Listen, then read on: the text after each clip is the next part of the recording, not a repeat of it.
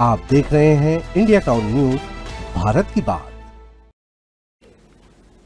नमस्कार, जय जवाहर। आप देख रहे हैं इंडिया टाउन न्यूज और मैं हूं आपके साथ आस्था सिंह। स्वागत है आपका हमारे खास बुलेटिन राजधानी सरकारधानी में, जहां हम आपको छत्तीसगढ़ की महत्वपूर्ण खबरों से रूबरू कराएंगे। तो चलिए बुलेटिन की शुरुआत करते हैं, लेकिन उससे पहले एक नजर डालते हैं आज की हेडलाइंस पर। मेडिकल कॉलेज में एडमिशन के नाम पर 30 लाख की ठगी, सोशल मीडिया पर विज्ञापन देखकर किया था संपर्क, एडमिशन का मेल नहीं आने पर ठगी का हुआ एहसास। छत्तीसगढ़ एक्सप्रेस का मामला, मेडिकल स्टूडेंट का लैपटॉप आईपैड चोरी, 3 आरोपी गिरफ्तार।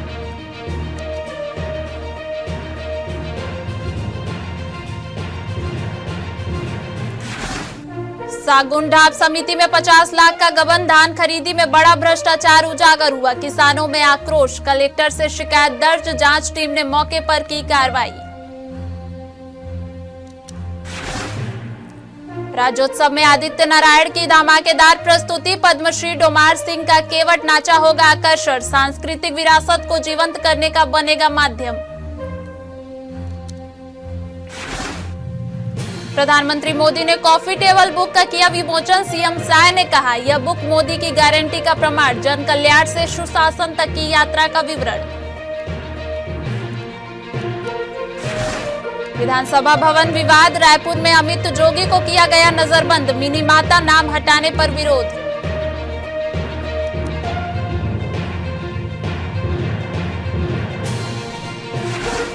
तीन जंगलों से नक्सली विस्फोटक बरामद, पुलिस ने नक्सली सामरिक सामग्री जब्त की, गरियाबंद में नक्सली जखीरे पर छापा।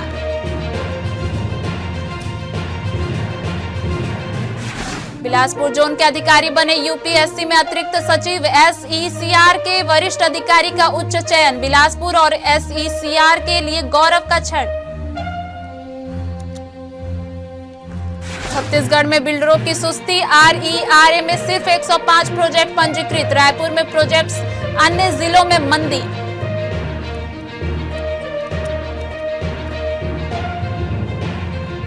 नक्सली संगठन में वैचारिक दरार, भूपति ने हिंसा छोड़ लोकतंत्र अपनाने की बात कही, बयान को संगठन कमजोर करने वाला बताया।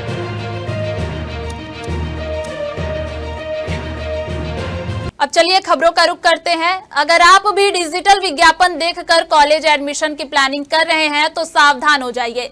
बिलासपुर में मेडिकल कॉलेज में एडमिशन कराने का झांसा देकर 30 लाख रुपए की ठगी हुई है। पुलिस धोखाधड़ी का मामला दर्ज कर जांच कर रही है। मामला सिविल लाइन थाना क्षेत्र का है। दरअसल रकम देने पर एडमिशन का मेल नहीं आने पर आरोपियों के मोबाइल में संपर्क किया गया तो मोबाइल बंद बताने लगा। उसके बाद पीड़ित को ठगी के शिकार होने का एहसास हुआ। पुलिस ने हेमंत मोदी की रिपोर्ट पर शिवम शर्मा, विनीत सिंह उर्फ सौम्यराज, गौरव झा, आर्यन अग्रवाल, विराज चोड़े के खिलाफ जुर्म दर्ज कर लिया है और मामले की जांच में जुटी हुई है। रेल पुलिस ने छत्तीसगढ़ एक्सप्रेस से रायपुर आ रहे कोरबा के चिकित्सा छात्र का लैपटॉप, आईपैड समेत अन्य उपकरणों और दस्तावेजों वाला बैग चोरी का उड़ाने वाले जांजगीर के 2 युवकों को खरीदने दबोचा है। इनसे चोरी का माल खरीदने वाले एक आरोपी पर भी कार्रवाई जारी है। 30 अक्टूबर को दिन दहाड़े आरोपियों ने नैला जांजगीर स्टेशन पर खड़ी ट्रेन में चोरी की वारदात को अंजाम दिया था। जीआरपी थाने में मामले की रिपोर्ट दर्ज होते ही एसआरपी श्वेता सिन्हा ने जांच के बिंदु तय करने के निर्देश दिए। 31 अक्टूबर को ही चोरों का सुराग लगाकर जांजगीर में छापेमारी की गई। आरोपी संजय का पुराना रिकॉर्ड निकला।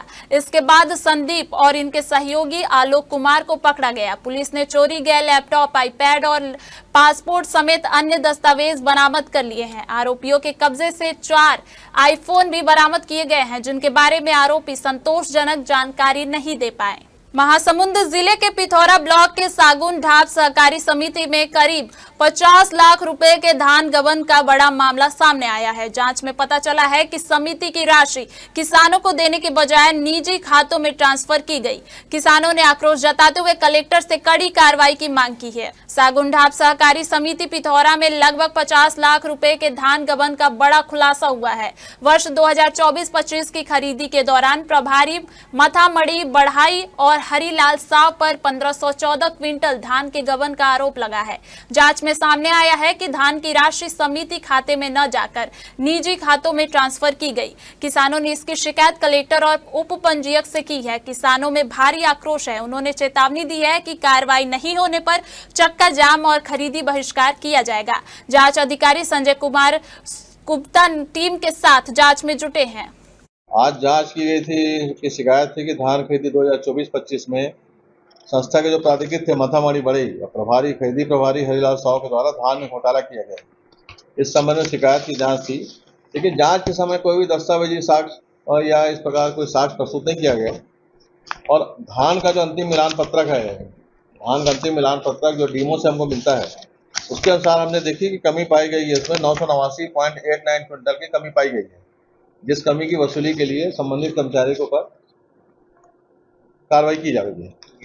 इसके लिए सहकारी समिति अधिनियम की धारा 58 भी उसके तहत प्रकरण दर्ज करते हैं और प्रकरण दर्ज होने के बाद कार्यालय उपायुक्त ऑफिस, डिप्टी रजिस्ट्रार ऑफिस महासमूह से फिर उसका प्रकरण चलता है। इसका वार्ड बनेगा और इसका केस चलेगा। धारा 58 बी के तहत इसका प्रकरण दर्ज होता है। उसके तहत धान में जो कमी है इसकी वसूली के लिए कार्यवाही प्रारंभ होगी। छत्तीसगढ़ राज्योत्सव के दूसरे दिन 2 नवंबर को बॉलीवुड के मशहूर पार्श्व गायक आदित्य नारायण मुख्य आकर्षण का केंद्र रहेंगे। उनकी गीत संगीत की प्रस्तुति रात्रि 9 बजे से शुरू होगी, जो दर्शकों को मंत्रमुग्ध कर देगी। सांस्कृतिक कार्यक्रमों की श्रृंखला शाम 6:30 बजे से प्रारंभ होगी। कार्यक्रम की शुरुआत में पद्मश्री से सम्मानित डोमार सिंह कंवर नाचा दल अपनी प्रसिद्ध केवट नाचा की मनमोहक प्रस्तुति देंगे। इसके बाद रंग झाजर, सोनहा बादर और चिन्हारी द गर्ल्स बैंड ग्रुप मंच संभालेंगे। सुनील तिवारी और जयश्री नायर चिन्हारी द गर्ल्स बैंड के साथ मिलकर लोक संगीत की जुगलबंदी पेश करेंगे। आपको बता दें कि राज्योत्सव में 3, 4 और 5 नवंबर को भी विभिन्न प्रख्यात कलाकारों द्वारा सांस्कृतिक कार्यक्रम आयोजित किए जाएंगे।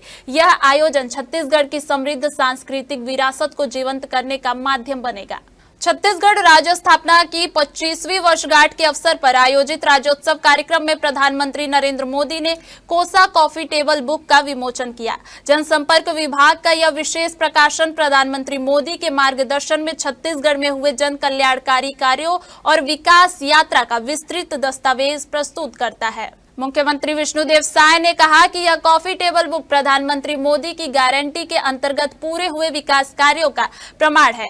इसमें उन योजनाओं और पहल का समावेश है जिन्होंने छत्तीसगढ़ की धरती पर विश्वास, विकास और पारदर्शिता का नया अध्याय लिखा है। बता दें कि कॉफी टेबल बुक में प्रमुख रूप से प्रधानमंत्री आवास योजना के अंतर्गत गरीब परिवारों को मिले आवास, किसानों को दी गई धान बोनस राशि, कृषक उन्नति योजना के तहत हुए कृषक सुधार और लोक सेवा आयोग पीएससी परीक्षा मूल्यांकन प्रणाली में लाई गई पारदर्शिता जैसे अनेक जनहितकारी सुधारों का विस्तार पूर्वक विवरण शामिल है।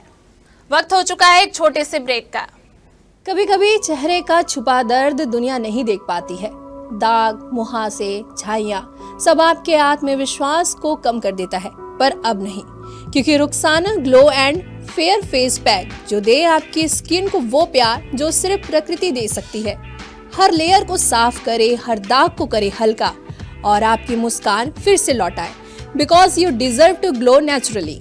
Rukhsana herbal beauty product Amazon, Meesho और फ्लिपकार्ट में भी उपलब्ध। जनता कांग्रेस छत्तीसगढ़ के नेता अमित जोगी को छत्तीसगढ़ के 25वें स्थापना दिवस के अवसर पर प्रधानमंत्री के कार्यक्रम में शामिल होने और मिनी माता के नाम की रक्षा के लिए शांतिपूर्ण विरोध प्रदर्शन करने से रोक दिया गया। जैसे ही जोगी अपने निवास से निकलने लगे, रायपुर पुलिस के एक दल ने सिटी एसपी रमाकांत साहू और टीआई दीपक कुमार पासवान के नेतृत्व में उन्हें रोक दिया और उनके निवास पर ही नजरबंद कर दिया। अमित जोगी ने पुलिस अधिकारी से पूछा कि उन्हें घर में क्यों रोका जा रहा है। इस पर पुलिस अधिकारियों ने स्पष्ट किया कि वे सरकार के निर्देशों का पालन कर रहे हैं।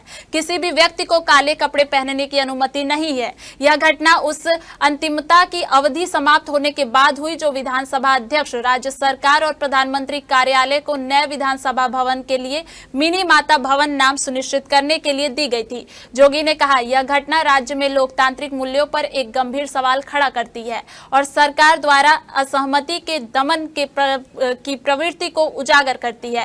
गिरफ्तारी की इस कार्रवाई ने आंदोलन की भावना को दबाया नहीं, बल्कि लोगों में अपनी सांस्कृतिक और ऐतिहासिक विरासत की रक्षा करने का संकल्प और मजबूत किया है। पुलिस ने 3 अलग अलग जंगलों से नक्सलियों द्वारा डंप विस्फोटक सामग्री का बड़ा जखीरा बरामद किया है। शोभा और जुगाड़ थाना क्षेत्र के जंगलों में पुलिस को डंप किया गया आईईडी बनाने का सामग्री मिला। इसमें 4 नग कुकर, इलेक्ट्रिक वायर, फटाका और राशन सामग्री शामिल है। इसके अलावा साहिबिन कछार, कोदोमाली और बुतबेड़ा के जंगलों से भी नक्सलियों का सामरिक जखीरा पुलिस ने जब्त किया। यह सफलता नक्सल विरोधी अभियानों में पुलिस के लिए बड़ी कामयाबी मानी जा रही है। पुलिस का कहना है कि बरामद सामग्री से यह साफ है कि नक्सलियों द्वारा विस्फोटक बनाने और अन्य आपराधिक गतिविधियों की योजना बनाई जा रही थी। दक्षिण पूर्व मध्य रेलवे के वरिष्ठ अधिकारी राजेंद्र कुमार अग्रवाल भारतीय रेलवे कार्मिक सेवा का चयन संघ लोक सेवा आयोग में अतिरिक्त सचिव के रूप में किया गया। इस संबंध में कार्मिक एवं प्रशिक्षण विभाग केंद्र सरकार ने आदेश जारी किया है। अग्रवाल SECR बिलासपुर में पदस्थ थे और रेलवे सेवा में अपनी उत्कृष्ट कार्यशैली, नेतृत्व क्षमता व प्रशासनिक दक्षता के लिए विख्यात है। बता दें कि संघ लोक सेवा आयोग भारत का एक संवैधानिक निकाय है जो देश की उच्च सिविल सेवाओं के चयन की जिम्मेदारी संभालता है। यह चयन दक्षिण पूर्व मध्य रेलवे एवं बिलासपुर के लिए गौरव का विषय है। इसके अलावा आयोग अनेक महत्वपूर्ण संवैधानिक और प्रशासनिक दायित्वों का निर्वहन करता है। यह चयन न केवल अग्रवाल की प्रशासनिक दक्षता का प्रमाण है, बल्कि दक्षिण पूर्व मध्य रेलवे और बिलासपुर के लिए भी गौरव का विषय है।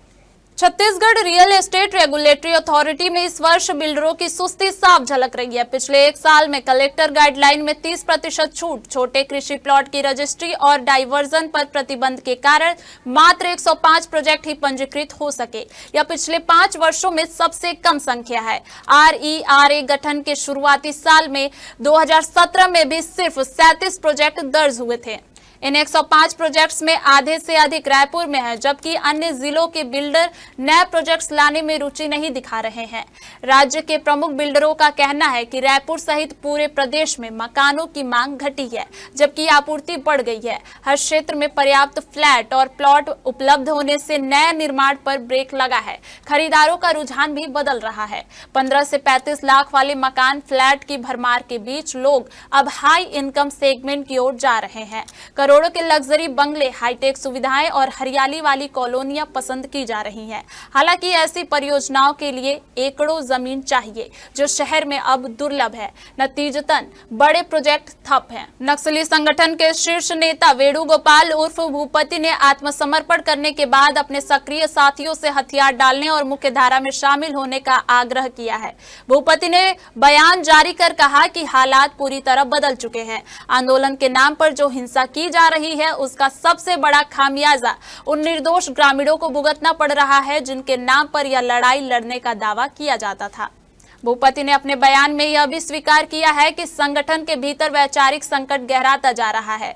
उसका कहना है कि अब समय है आत्ममंथन का, न कि बंदूक उठाने का। बदलाव की लड़ाई अब जनता के साथ मिलकर लोकतांत्रिक तरीके से लड़ी जानी चाहिए। सुरक्षा एजेंसियां इस घटनाक्रम को नक्सल आंदोलन की सबसे बड़ी वैचारिक दरार के रूप में देख रही हैं। उनका मानना है कि नक्सली नेतृत्व की यह अंतर्कलह और आत्ममंथन की प्रवृत्ति आने वाले महीनों में संगठन को भीतर से कमजोर कर सकती है।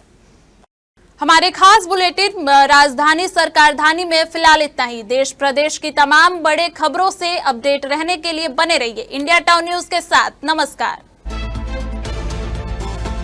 आप देख रहे हैं इंडिया टाउन न्यूज, भारत की बात।